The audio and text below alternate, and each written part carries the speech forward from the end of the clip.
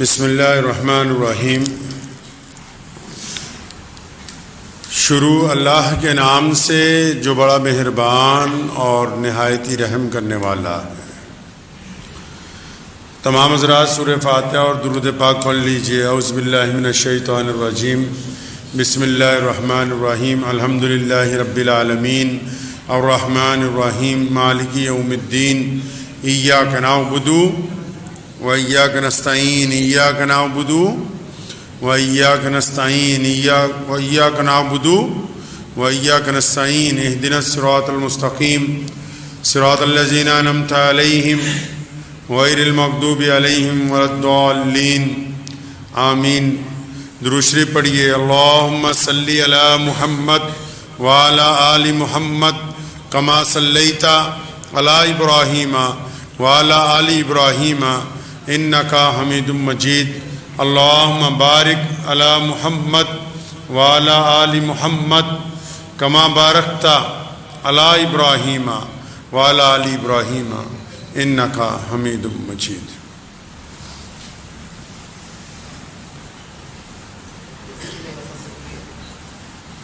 ہزار جدت ترازیوں کے مزاج بدلا کرے زمانہ،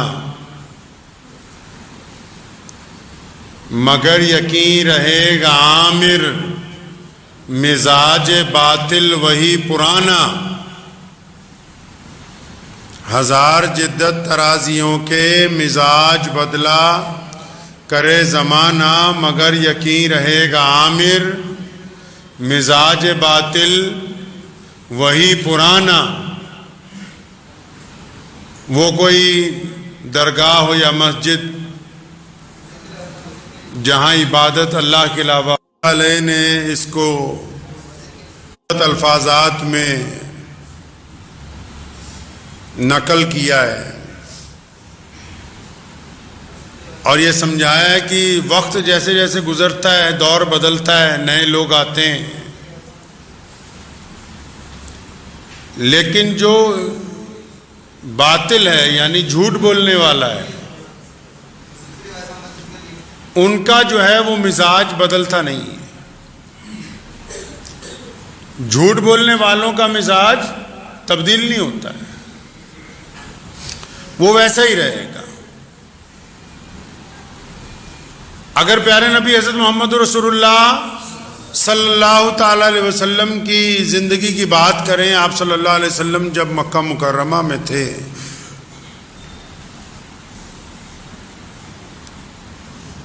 تو جو اسلام دشمن طاقتیں تھیں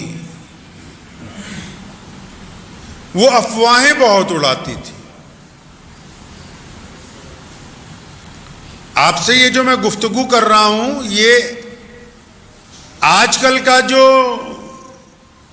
ایک طرفہ میڈیا کے لوگ ہیں یا سوشل میڈیا میں وہ عناصر ہیں یا ایسے ادارے ہیں جو صرف اسلام کے خلاف کچھ نہ کچھ روزانہ پروجیکٹ کرنا چاہتے ہیں،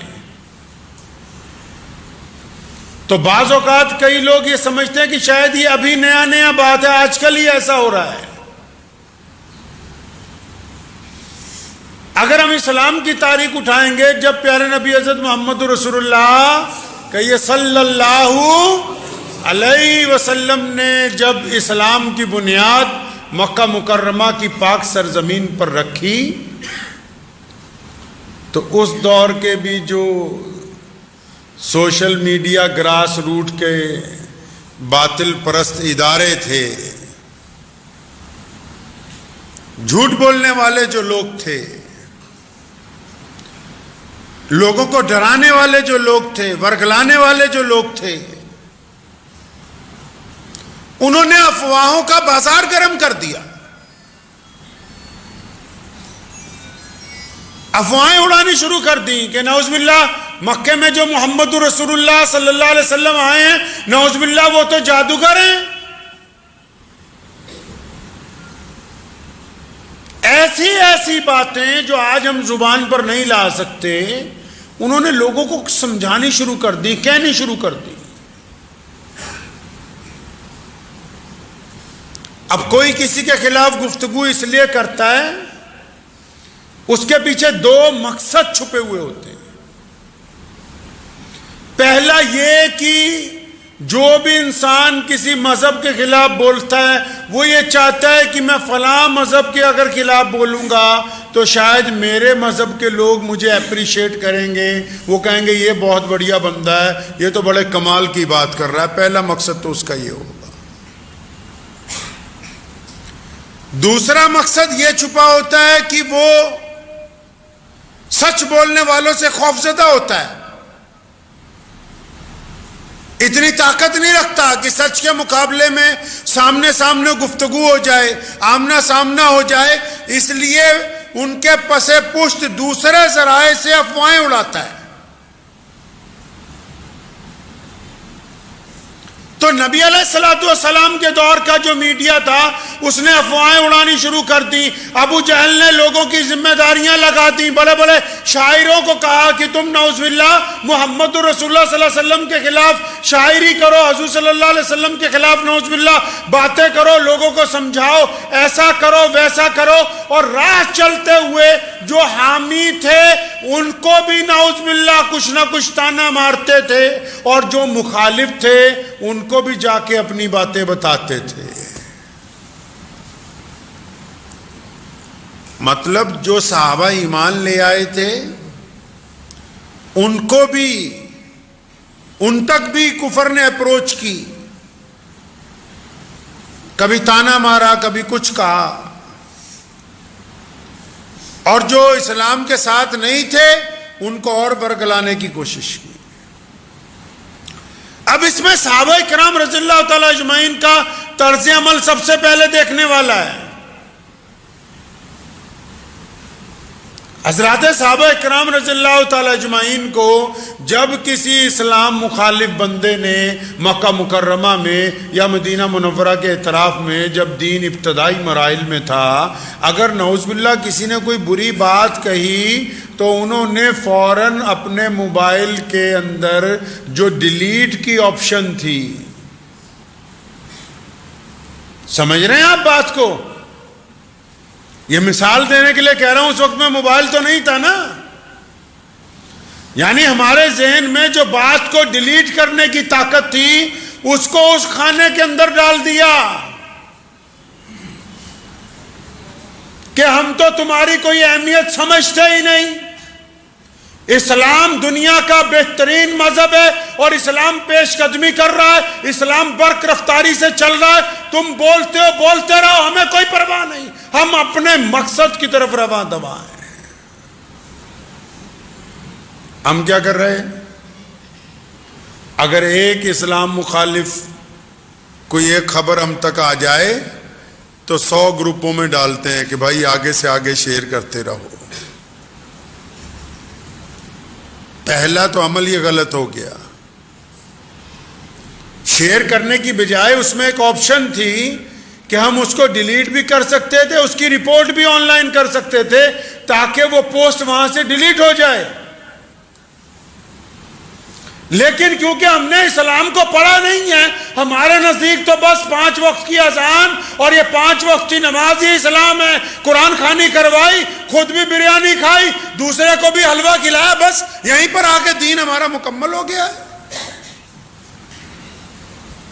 یا پھر ایک دوسرے کے خلاف فتوے بازیاں ہیں,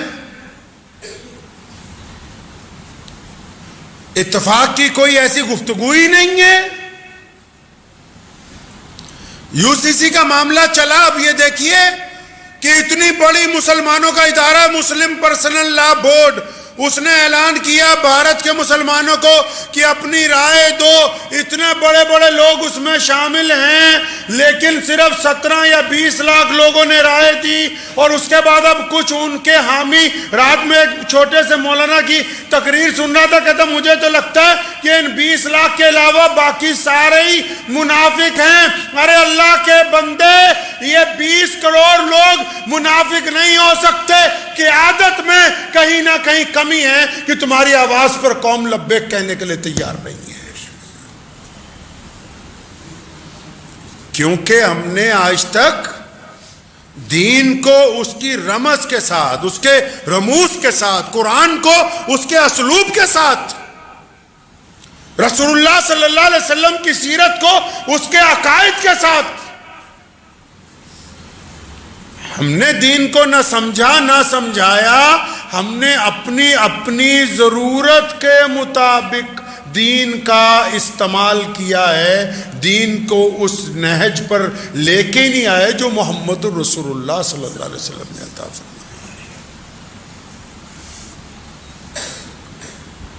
اس وقت بھی تو اس وقت کے چینل لگے ہوئے تھے اسلام کے خلاف، تو خبریں شیئر نہیں کی گئیں، یہ بتایا نہیں گیا کہ کون کیا کہتا ہے، بلکہ اس کے برعکس نبی علیہ السلام کا رد عمل دیکھیے. نبی علیہ السلام مسجد نبوی میں تشریف فرما ہوتے ہیں اور نبی علیہ السلام بیٹھتے ہیں تو صحابہ کے جرمن میں سے حسان بن ثابت رضی اللہ تعالیٰ عنہ کو بلاتے ہیں کہ حسان ادھر آؤ، میرے ممبر پر کھڑے ہو جاؤ. صحابہ دم بخود ہیں کہ خاتم النبیین کی موجودگی میں کون ممبر پر کھڑے ہو سکتا ہے. اور نبی علیہ السلام نے فرمایا حسان یہاں کھڑے ہو، میرے ممبر پہ کھڑے ہو، کیونکہ حسان شاعر ہیں. اور فرمایا یہ جو دشمن ہمارے خلاف باتیں کرتے ہیں پھر اصلیت کیا ہے اور حقیقت کیا ہے، اللہ نے ہمیں کیا عظمتیں عطا فرمائی ہیں. اللہ نے تمہیں بہترین کلام بہترین زبان دی ہے، اب کھڑے ہو کے ذرا دنیا کو حقیقت بتاؤ کہ کیا ہے حقیقت. پتہ یہ لگا کہ جب لوگ جھوٹا پروپیگنڈا کریں دین کے خلاف، پتہ یہ لگا کہ جب جھوٹی خبریں پھیلائی جائیں، پتہ یہ لگا جب خبروں کے ذریعے کسی کو دہشت میں لانے کا مقصد ہو، خبروں کے ذریعے کسی کو ڈرانے کی کوشش کی جا رہی ہو، خبروں کے ذریعے کسی کو دماغی طور پر پریشان کرنے کی کوشش کی جا رہی ہو، تو ایسی خبروں کو اسلام کی وہ بہترین نبی علیہ السلام کی سیرت کردار، وہ ہماری ذمہ داری بنتی ہے کہ ہم پھر اسی پلیٹ فارم سے وہ باتیں دنیا کے سامنے لائیں تاکہ جو عام انسان ہیں، جو مسلمان نہیں بھی ہیں، ان کو یہ بات سمجھ آ سکے کہ فلاں بندہ جھوٹ بول رہا ہے اور یہ فلاں انسان سچ بولنے والا ہے. اب یہ تو سنت ہے نبی علیہ السلام کی. اسلام مخالف پروپیگنڈے کو ڈیلیٹ کرنا اور اس کے مد مقابل صحیح باتوں کو لوگوں تک پہنچانا کس کا حکم ہے جی؟ محمد الرسول اللہ صلی اللہ علیہ وسلم کا حکم ہے. کس کا پیغام ہے؟ نبی علیہ السلام کا پیغام ہے. تو ہم تو اس معیار تک پہنچے ہی نہیں، ہمیں تو یہ بات پتہ ہی نہیں کہ نبی علیہ السلام کی سیرت میں ہے یہ بات، اسلام کے اسلوب میں ہے، اسلام کے قواعد میں ہے. کیونکہ جس دن سے دین آیا ہے اسی دن سے گراس روٹ پر اسلام مخالف طاقتوں نے اسلام کو بدنام کرنے کی کوشش کی ہے، لیکن دین آگے اس لیے بڑھا کیونکہ ہم نے اس کے مد مقابل اپنا اعلیٰ کردار پیش کیا ہے. ٹھیک ہے کہ کوئی بندہ یہ کہتا ہے کہ مسلمان خراب ہے جی، اسلام خراب ہے جی، کہنے والے کا تو منہ نہیں روک سکتے، لیکن جو ہم تک پہنچتا ہے اس کے خیالات بدلنے کی طاقت آپ رکھتے ہیں کہ نہیں رکھتے؟ یہ مان لیا کہ میڈیا پر جھوٹ بولا جا رہا ہے اسلام کے خلاف، کبھی 72 حوروں کو لے کر، کبھی 3 طلاق کو لے کر، کبھی 4 نکاحوں، یہ مان لیا کہ وہ اسلام کے اصول کو بگاڑ کے اپنی سمجھ کے مطابق پیش کر رہے ہیں. لیکن یہ بتائیے ٹھیک ہے وہ تو بول ہی رہے ہیں، کیا ہم تک جو غیر مسلم دوست، غیر مسلم بھائی، غیر مسلم کاروبار، ہمارے غیر مسلم پڑوسی جو ہم تک پہنچ رکھتے ہیں، کیا ہم ان کے خیالات کو تبدیل کرنے کا فن رکھتے ہیں؟ اگر ہمارے کے اندر یہ خصوصیت ہے تو اس کا مطلب ہم مسلمان ہیں. اگر ہمارے اندر یہ خصوصیت نہیں تو ہمیں اپنے ایمان پر ایک دفعہ غور کرنا ہوگا. کون سا فن؟ قرآن نے کہا نماز پڑھو، کیوں؟ فرمایا تاکہ تم بری باتیں نہ کرو، اچھی باتیں کرو۔ رسول اللہ نے کہا نماز میری آنکھوں کی ٹھنڈک ہے، اور رسول اللہ نے فرمایا کہ مومن جھوٹ نہیں بول سکتا۔ اب جو غیر مسلم ہمارا دوست ہے، جو ہمارے ساتھ پڑھتا ہے، جو ہمارے ساتھ کاروبار کرتا ہے، جو ہمارے ساتھ سفر کرتا ہے، اگر میرے کردار میں رسول اللہ صلی اللہ علیہ وسلم کا حکم نافذ ہے تو وہ 20 لوگوں میں بیٹھ کے کہہ سکتا ہے کہ تم جو عبد الرحمن کے خلاف باتیں کرتے ہو، تم جو محمد شفیع کے خلاف باتیں کرتے ہو، تم جو باتیں کرتے ہو ان ایمان والوں کے خلاف، تم جھوٹ بولتے ہو، میرا ان کے ساتھ بسیرا ہے، وہ ایسے ہے نہیں جیسا تم دکھانا چاہ رہے ہو۔ اسلام نے یہی تو کمال کیا ہے۔ لوگوں نے روکا نا، اس دور میں بھی میڈیا نے روکا لوگوں کو کہ محمد رسول اللہ تک اپروچ نہیں کرنا، نبی علیہ الصلوۃ والسلام تک مت پہنچو، کہا، اور لیکن جو پہنچ گیا وہ نبی علیہ الصلوۃ والسلام کا اعلیٰ کردار دیکھ کے، نبی علیہ السلام کا حسن اخلاق دیکھ کے پھر لوٹ کے نہیں آیا۔ اس نے نبی علیہ الصلوۃ والسلام کے دستے حق کے اوپر بیعت کی ہے اور یہ اعلان کیا ہے کہ یا رسول اللہ میں تو آپ کے غلاموں کی صف کے اندر شامل ہو گیا ہوں۔ میں مانتا ہوں اس بات کو کہ موجودہ دور میں پوری دنیا کے اندر بہت سارے سیاستدان اسلام کی مخالفت کر کے آگے جانا چاہتے ہیں، کرنے دیجئے، مخالفت اسی کی ہوتی ہے جس میں کوئی بات ہوتی ہے، لیکن کیا ہم میں وہ بات ہے کہ نہیں؟ بات اب یہ ہے، اگر 20 لاکھ لوگوں نے صرف رائے دی ہے تو اس کا مطلب جو رائے مانگ رہے تھے، جو رائے دینے کی تبلیغ کر رہے تھے، ان کی بات میں کہیں نہ کہیں وہ اثر نہیں ہے جو 20 کروڑ کے اوپر اثر ہونا چاہیے تھا۔ وہ کہتا ہے نا تو ادھر ادھر کی نہ بات کر، یہ بتا کہ قافلہ کیوں لٹا، مجھے رہزنوں سے گلا نہیں، تیری رہبری کا سوال ہے۔ ہم اسلام کو کس طریقے کے ساتھ چلا رہے ہیں؟ کیا نبی علیہ الصلوۃ والسلام کا یہ طریقہ ہے جو ہم نے اپنے اندر رائج کیا؟ قرآن نے کیا ایسا ہم کو سمجھایا ہے؟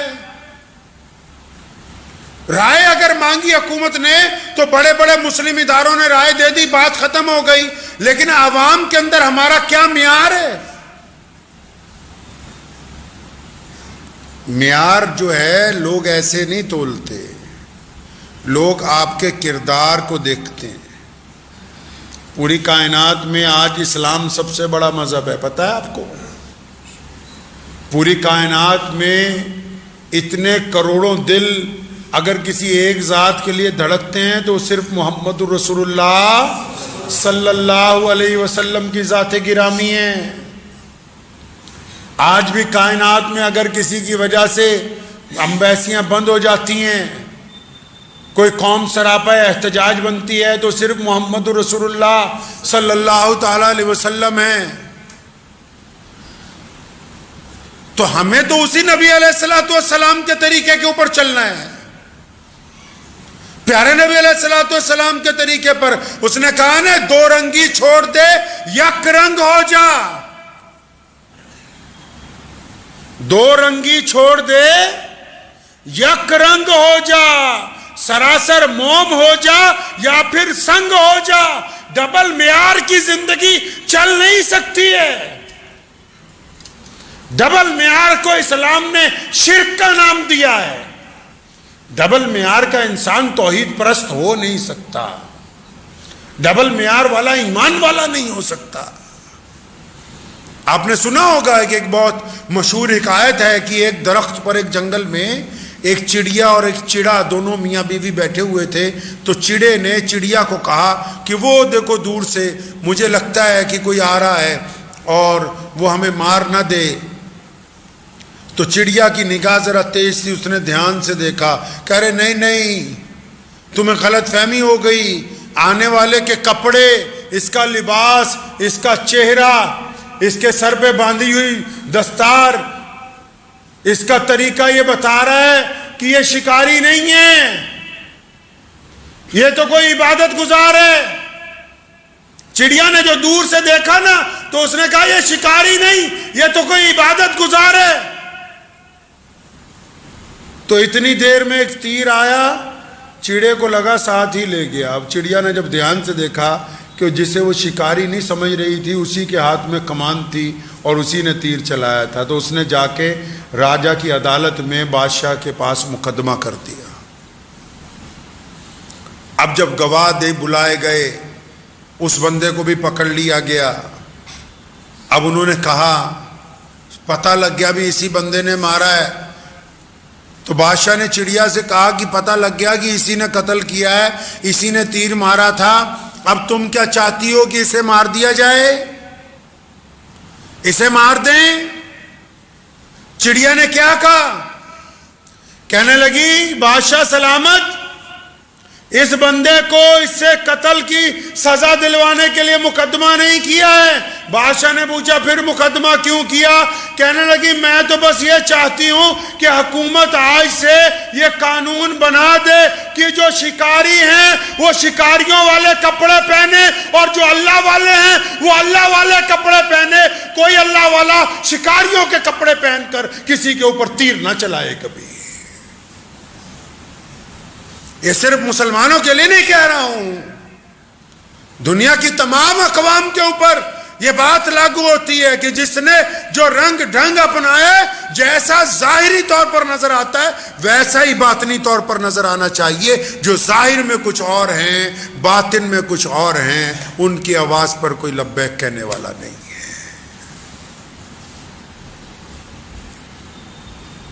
اس لیے یہ پہچاننا ہوگا، اہل اسلام کو پیارے نبی حضرت محمد رسول اللہ صلی اللہ علیہ وسلم کی سیرت مبارکہ کو پڑھ کے یہ دیکھنا ہوگا کہ ہم نے جانا کدھر کو ہے، کرنا کدھر کو ہے۔ رسول اللہ صلی اللہ علیہ وسلم نے اپنے صحابہ کو جب یمن کی طرف بھیجا، فرمایا جا رہے ہو؟ جی یا رسول اللہ جا رہے ہیں۔ تو فرمایا لوگوں کو خوشخبری سنانا، راحت پہنچانی ہے۔ جو لوگ جھوٹی خبروں کو پرموٹ کرتے ہیں، جو لوگ خبروں کے ذریعے دوسروں کو ڈراتے ہیں، جو لوگ خبروں کے ذریعے بھرم پیدا کرتے ہیں، جو لوگ خبروں کے ذریعے قوموں کے اندر نفاق ڈالنا چاہتے ہیں، یاد رکھو اللہ کے نزدیک جیسے چوری کرنا گناہ ہے، اسی طرح جھوٹی خبریں پہنچا کے دوسروں کو پریشان کرنا یہ بھی گناہ ہے، یہ کسی ثواب کا حصہ نہیں ہے۔ یہ جو ہاتھ میں مشین پکڑ رکھی ہے موبائل جس کا نام ہے، یہ بھی کل قیامت کے دن میزان میں رکھی جائے گی۔ کیا کر رہے ہیں اس سے؟ آپ کسی کو پریشان کر رہے ہیں کہ راحت پہنچا رہے ہیں؟ آپ بری باتیں آگے پہنچا رہے ہیں کہ اچھی باتیں پہنچا رہے ہیں؟ آپ نیکی کا پیغام دے رہے ہیں کہ بدی کا پیغام دے رہے ہیں؟ آپ لوگوں کو خوف زدہ کر رہے ہیں یا لوگوں کو جوڑ رہے ہیں؟ کر کیا رہے ہیں؟ کس نے کہا کہ اسلام صرف عبادت کا نام ہے؟ اسلام ایک ایک نقطے پر، اسلام ایک ایک قدم پر اپنے ماننے والوں کی اور پھر دنیا کے تمام انسانوں کی، ہر بڑے اور چھوٹے کی اسلام رہنمائی کرتا ہے۔ اسلام نے یہ بہترین نظام اس لیے عطا فرمایا کہ اللہ کی مخلوق بہترین مخلوق کے اندر تبدیل ہو جائے۔ ہمیشہ اس بات کو ذہن نشین رکھیے کہ ہمارے اوپر یہ ذمہ داری ہے کہ ہم ہمیشہ اچھائی کو پھیلانے والے ہوں، بزدلی کو نہیں، ڈر کو نہیں، خوف کو نہیں، کسی کو ڈرا کے اپنا مسئلہ حل کرنے والے نہ ہوں۔ تو میں امید کرتا ہوں کہ آپ حضرات اس بات کو سمجھے ہوں گے کہ موبائل چلاتے وقت بھی، آپس کی گفتگو کے درمیان بھی جو ایسی چیزیں جو دوسروں کو پریشان کر سکتی، جو دوسروں کو ذہنی طور پر دکھ پہنچا سکتی، جو اتفاق کو توڑ سکتی، جو نفاق پیدا کرتی، جو غیر ضروری، بالکل غیر ضروری ہیں، جو تو ان چیزوں کو اٹھا کے ڈیلیٹ کی ٹوکری میں ڈال دیجئے. اگر آپ ایسا کریں گے اللہ تبارک و تعالیٰ آپ کو اس کے اوپر بھی اجر عظیم عطا فرمائیں گے. ایسی ہماری اپنے رب سے توقع ہے. دعا کیجئے اللہ تعالیٰ مجھے بھی آپ سب کو ان باتوں پہ عمل کی توفیق عطا فرمائے. وآخر دعوانا ان الحمدللہ رب العالمین. مجھے امید ہے کہ آپ کو یہ ویڈیو پسند آئی ہوگی. اگر پسند آئی ہو تو یہ آپ اپنے دوستوں کے ساتھ شیئر کریں اور اس چینل کو سبسکرائب ضرور کریں.